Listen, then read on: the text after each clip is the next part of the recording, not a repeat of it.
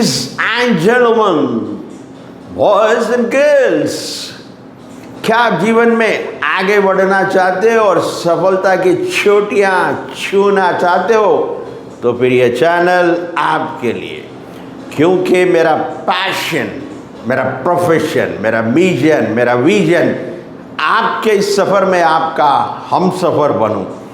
इसीलिए आपको चाहिए कि मेरे हर वीडियो को ध्यान से देखिए, ध्यान से सुनिए और अपने जीवन में आप भी और मैं भी इसे अप्लाई करेंगे, so that together we can make this world a better place to live. तो शुरू करता हूँ आज का बहुत ही इम्पोर्टेंट वीडियो, एंड तक ज़रूर देखिएगा, बहुत ही पावरफुल होने जा रहा है। जैसा कि आप टाइटल देख रहे हो, how to retire at the age of 31 years। आज मैं आपके साथ उस रियल इंसान की, रियल नौजवान की स्टोरी शेयर करने जा रहा हूँ जो मेरठ शहर यानी उत्तर प्रदेश से बिलोंग करता है, जिसने 31 years की उम्र में फाइनेंशियल फ्रीडम अचीव कर चुका। क्या आप भी जानना चाहते हो कि 31 years में कैसे फाइनेंशियल फ्रीडम को अचीव करें और कैसे रिटायरमेंट लिए? और अगर इस नौजवान का नाम आप जानना चाहते हो तो मेरे कमेंट बॉक्स में लिखिए, मैं उसका नाम फ़ोन नंबर के साथ आपको दूंगा। नहीं तो आप व्हाट्सएप कीजिए या मेरे ईमेल पे मैसेज भी दे सकते हैं। एनएलपी का एक बहुत ही बढ़िया प्रीसपोजिशन है। वो प्रीसपोजिशन क्या कहता है? If one person can do something you can learn to do it too. अगर कोई एक व्यक्ति कुछ कर सकता है तो आप भी उसे सीख सकते हैं, आप भी उसे कर सकते हैं। तो मैं चाहता हूं कि जो भी नौजवान है 20 या 25, इस वीडियो को एंड तक देखिए। अगर कोई एल्डरली पर्सन देख रहा है तो इस वीडियो को अपने बच्चों के साथ ज़रूर शेयर करिए। एक तो एनएलपी प्रपोजिशन आपने समझ चुका कि जब एक बंदा कोई करता है तो आप भी उसे सीख सकते हो। और दूसरी चीज़ यहाँ याद रखने की है, ध्यान से सुनने की है कि temporary pain will give you permanent gain. Temporary short period के लिए जो आपको पेन देता है, अगर आप उस पेन को लोगे तो रिमेनिंग यानी परमानेंट गेन मिल जाएगा। तो मैं शुरू करता हूँ उस नौजवान की कहानी। वो 2004 में अपना एजुकेशन कंप्लीट कर चुका था, यानी पोस्ट ग्रेजुएट बन गया 2004 में, और पहली जॉब उसने HCL में ज्वाइन किया एज ए फर्स्ट जॉब। और उस वक्त उसकी सैलरी सिर्फ 11,000 रुपीज़। और उस नौजवान का उस टाइम पर 2004 में एक्सपेंसेस था यानी लगभग 8,000 रुपया या 7,500 एक्सपेंसेस, यानी रूम का रेंट, फूड, एवरीथिंग। और उसे बचते थे 3,500 रुपीज़ ओनली आफ्टर एक्सपेंसेस। तो इस नौजवान ने 2004 में जब पहला सैलरी उठाई, पहला इनकम आया, एक्सपेंसेस के बाद जो पहली सेविंग थी इसकी 3,500 की, वहाँ से ही इन्वेस्टमेंट करना शुरू कर दिया। उसने HDFC बैंक में अपना अकाउंट खोला, डीमैट अकाउंट भी खोला साथ में। क्योंकि अगर आप शेयर मार्केट में इन्वेस्ट करना चाहते तो आपको डीमैट अकाउंट होना ज़रूरी है। उसके बाद कुछ साल करने के बाद वो फिर दूसरी कंपनी में मूव होता है जिसका नाम EXL। वहाँ सिर्फ कुछ महीने ही करता, उसके बाद वो मूव करता है भारती एयरटेल, उस वक्त की ग्रोइंग कंपनी एयरटेल। और एयरटेल में जब जाता है तो वो एक्सपेंसेस के बाद जो भी कुछ सेविंग होती है बचता है, कभी खर्चा ज़्यादा होगा तो 2000, कभी उससे कुछ कम खर्चा हुआ तो 3000, पर जैसा भी उसकी सेविंग होती वो शेयर मार्केट में इन्वेस्ट करना शुरू कर दिया।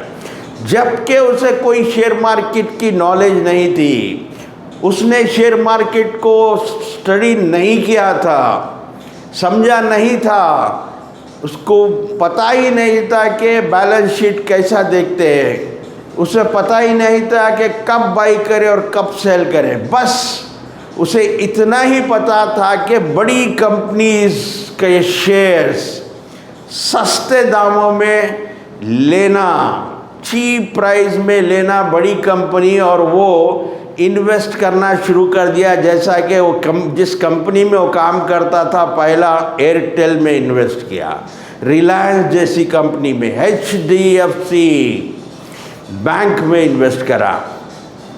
उस वक्त उसके पास लैपटॉप भी नहीं था, और कुछ स्टडी करेंगे मार्केट में बोले तो कोई लैपटॉप नहीं, ना उसके पास कोई लार्ज कैपिटल, कोई पैसा ज़्यादा नहीं। यानी इससे एक चीज़ मालूम होती है कि शेयर मार्केट में इन्वेस्ट करने के लिए लार्ज कैपिटल की ज़रूरत नहीं है। जितने भी आप सेविंग कर सकते हो, उस सेविंग से आप इन्वेस्टमेंट शेयर मार्केट में कर सकते हो।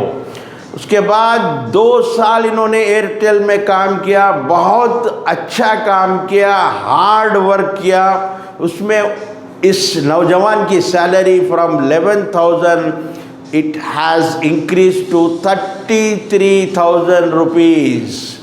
2 साल में कुछ इतना हार्ड वर्क करा, इतना अच्छा काम किया, इतना अच्छा परफॉर्म किया कि 11,000 से सैलरी बढ़कर उसकी 33,000 हो गई।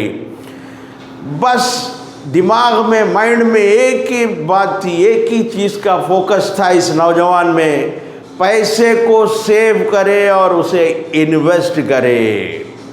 क्योंकि जब वो पढ़ रहा था स्कूल में, उनके एक टीचर ने ये बात उसके माइंड में डाली थी।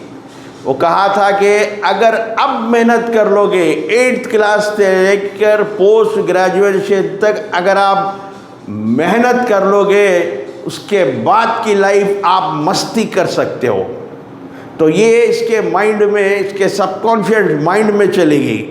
तो ये करता क्या था, गुड कंपनीज के शेयर सस्ते दामों में नहीं लेते। दूसरा, इसके पास शो ऑफ करने की आदत नहीं थी, कोई महंगी चीज़ ये परचेज नहीं करता था उस टाइम पर, उसका एक्सपेंडिचर को कम से कम करता था। उस वक्त उन्होंने बाइक तक नहीं ली। ये 2 भाई 2 बहन, यानी एक इसका छोटा भाई, एक बड़ी बहन और एक छोटी बहन, इसने जो जॉब कर रहा था एयरटेल में, अपनी फैमिली को भी सपोर्ट किया, अपनी एल्डर सिस्टर मैरिज में भी इसने सपोर्ट किया। 2 साल के बाद ये पहली बाइक बाई करता है जिसका नाम था होंडा यूनिकॉर्न, वो भी EMI पे, लोन पर, 2 साल के बाद जॉब में। क्योंकि इसे अपना खुद का खर्चा करना है, दूसरा फैमिली को भी सपोर्ट करना है। उसके बाद वो लैपटॉप लेता है, कुछ बुक्स लेता है, क्योंकि वो एयरटेल में काम करता है, उसे इंटरनेट फ्री दिया जाता है। उसका ऑफिस टाइमिंग सुबह 10 बजे जाता, 8 o'clock, कभी 9 भी बज जाते रात के। आने के बाद शेयर मार्केट की स्टडी यहाँ से शुरू की। बुक्स पढ़ने लगा, लैपटॉप पर इंफॉर्मेशन शेयर मार्केट के बारे में स्टडी करने लगा। रात के यानी सुबह के 4 बजे तक ये पढ़ता, 4 बजे से सोकर फिर सुबह 8-9 बजे उठ। इतना हार्ड वर्क किया इस बंदे ने। उसके बाद वो एग्जीक्यूटिव फाइनेंस से प्रमोट होकर सीनियर एग्जीक्यूटिव फाइनेंस बन गया, प्रमोशन अच्छे मिले। अब वो समझ गया कि एयरटेल में और इससे बढ़कर कोई प्रमोशन, इससे बढ़कर कोई प्रमोशन या इंक्रीमेंट्स नहीं मिलेंगे, तो वो monster.com पर अपना CV अपलोड करता है और अब चाहता है कि कोई अच्छी मल्टीनेशनल कंपनी में काम करे और उसे एक मल्टीनेशनल कंपनी टावर विजन में जॉब मिल जाता है। वहाँ पर बहुत ही अच्छी सैलरी, यानी शुरुआत में 3-4 लाख पर एनम की सैलरी पर वो जॉब करना शुरू कर देता है। और जब वो एंड करता है जॉब, यानी 2012 में ये जॉब क्विट कर दे, जॉब से रिटायरमेंट ले लेता है। जब 2012 में जब वो क्विट करता है, उसकी सैलरी उस जगह पर होती है 15 लाख पर एनम। और ये लड़का 2004 से लेकर 2014 तक कोई शौक नहीं किया है, कोई पार्टी नहीं, कोई पिकनिक नहीं, सिर्फ मंदिर के दर्शन करता, ऑफिशियल ट्रिप्स ही जाता, कोई एंटरटेनमेंट ही नहीं। लेकिन ये करा क्या, ये उस पीरियड में अपनी सैलरी से जो इन्वेस्टमेंट करा हो, उसका इन्वेस्टमेंट ओनली 13 लाख था। जबकि 2012 में जब वो रिटायरमेंट लेता है तो उसका पोर्टफोलियो, यानी प्रॉफिट आते हुए उसका पोर्टफोलियो बन जाता है 80 लाख का। शेयर मार्केट में पोर्टफोलियो 80 लाख, यानी डिफरेंट शेयर्स में, किसी में 1 लाख, किसी में 5 लाख, किसी में 2 लाख, ऑल टुगेदर उसका अब इन्वेस्टमेंट 80 लाख होता है। और उसे अपने नॉलेज के हिसाब से, क्योंकि वो इतना स्टडी कर चुका शेयर मार्केट, अब उसे इतना यकीन हो चुका, इतना बिलीव होगा कि मैं एवरी ईयर एटलीस्ट 20% प्रॉफिट कमाऊंगा ये शेयर मार्केट। तो 80 लाख का पोर्टफोलियो 20% मिले तो 16 लाख रुपए पर एनम, जो कि सैलरी थी 15 लाख। वो बोला बस मेरी सैलरी के उतना तो मैं शेयर मार्केट से कमा रहा हूँ, जॉब क्विट कर देता है। उसके बाद Monday to Friday share market खुली रहती है, शेयर मार्केट स्टडी करता है, शेयर मार्केट में इन्वेस्ट करता है, शेयर मार्केट से प्रॉफिट कमाता है। सैटरडे और संडे 2 दिन हॉलीडे होता है शेयर मार्केट बंद रहती। जब भी कोई नेबर, जो फ्रेंड उसे परिचय होता है और वो कहता है कि तुम्हें सैटरडे संडे किसी भी हॉलीडे है, क्यों ना आप सैटरडे संडे हमारे साथ फ्लैट्स बेचने का कारोबार करें, रियल इस्टेट में क्यों नहीं आते। क्योंकि उस वक्त राजस्थान के पार्ट में एक भिवाड़ी एरिया में फ्लैट्स बहुत बूम में चल रहा रियल इस्टेट। तो इन्हें भी, इसे भी पहले यकीन नहीं होता कि रियल इस्टेट में भी इतनी इनकम है, इतनी प्रॉफिट है। लेकिन उस बंदे के बोलने पर एक कार लेकर एवरी सैटरडे संडे कुछ प्रॉस्पेक्ट्स, यानी कुछ प्रॉस्पेक्टिव कस्टमर्स को लेकर साइट पर जाता, फ्लैट्स बताता।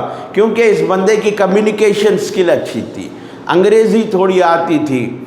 बस ऐसा करने 1.5 ईयर में रियल इस्टेट से फ्लैट्स बेचकर 70 लाख अर्न करा, सिर्फ 1.5 ईयर में। उस 70 लाख से, क्योंकि ये किराए के घर में रहता था, रेंटेड हाउस में एक अपना घर, एक अपना हाउस अपने पैसे से ख़रीद लिया। उसके बाद वो रियल इस्टेट भी छोड़ दिया, सिर्फ शेयर मार्केट करता है, वो शेयर मार्केट करता है। आज इतनी नॉलेज है इस नौजवान लड़के के पास कि लोगों को ट्रेनिंग देता है शेयर मार्केट की।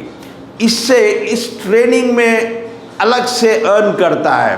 तो देखिए, आपको चाहिए सिर्फ कुछ टाइम पर आपको यानी टेम्परवरी पेन लेना होगा, कुछ साल के लिए तकलीफ होगी, लेकिन परमानेंट गेन बन जाता है। और मैं हर नौजवान से यही चाहता हूं कि जैसा ये नौजवान ने किया, 2004 में जॉब स्टार्ट की और 2012 में जॉब छोड़ देता है, रिटायरमेंट ले लेता है at the age of 31 years, यानी ओनली 8 ईयर्स की मेहनत। क्या आप 8 ईयर्स मेहनत नहीं कर सकते? 8 ईयर्स मेहनत करके रिमेनिंग आपकी लाइफ पूरा एंजॉय करिए, मस्ती करिए। तो अगर आप वीडियो अच्छा लगा और उस नौजवान का नाम या नंबर जानना चाहते तो प्लीज़ कमेंट बॉक्स में या फिर मुझे व्हाट्सएप पे या ईमेल पे लिख सकते हैं। बस आज का वीडियो मैं यही एंड करता हूँ, फिर मिलेंगे अगली वीडियो में। Until then please take care, God bless you and thank you for watching.